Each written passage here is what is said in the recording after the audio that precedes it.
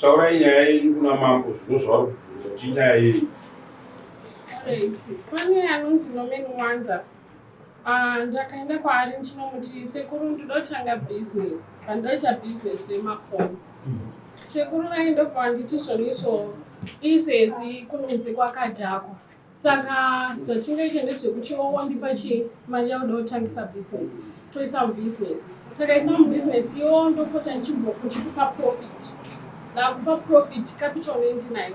Iwo paunenge wakuda kuzostata zvinhu zvako ndozoita sei ndokudzosera mari yako. Zvechiwa profit ndaipiwa.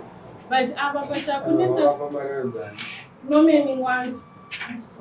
Saka nyaya yakunetsa ndeyekuti sekuru kubva last year ndipo chindidzosera mari anditi havachadi kundidzosera mari. 1000. Vari kuti chii zvavari kuzombotaura?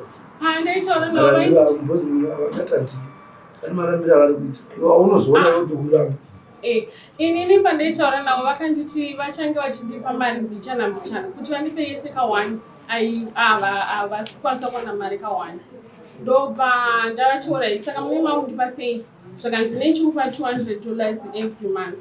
Saka madhisi achona akufamba mwedzi yachona yafamba gore ratosvika pakupera handinopiwa mari. Ndabva ndati sekuru kuva makazodii zvakanzi aiwa mari yandikakupa yakawandisa shamwari. Saka inini hapana mari yandichakupa.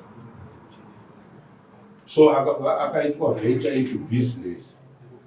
Aita semunhu ari kutenga mashares. Capital 1000 yaisa mumashares. Business patiri kutengeswa zvinhu zviri kutengeswa kuchipuhwa profit.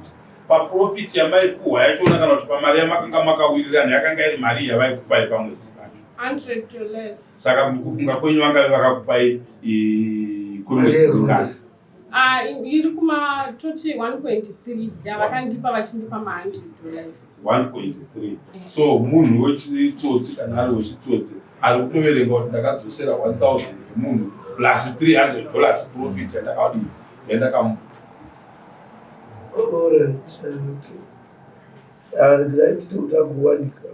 Anofanira kuuya kudari kuzopindura kana iri 1300 kana iri 1300 anotoverenga kuti ndakadzosera 1000 ndikatokupa 300 but hazvisiri izvo.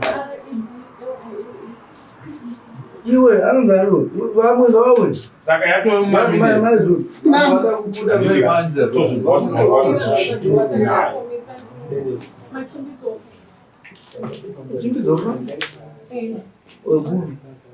kumusha kwamusarara kuchiwechi.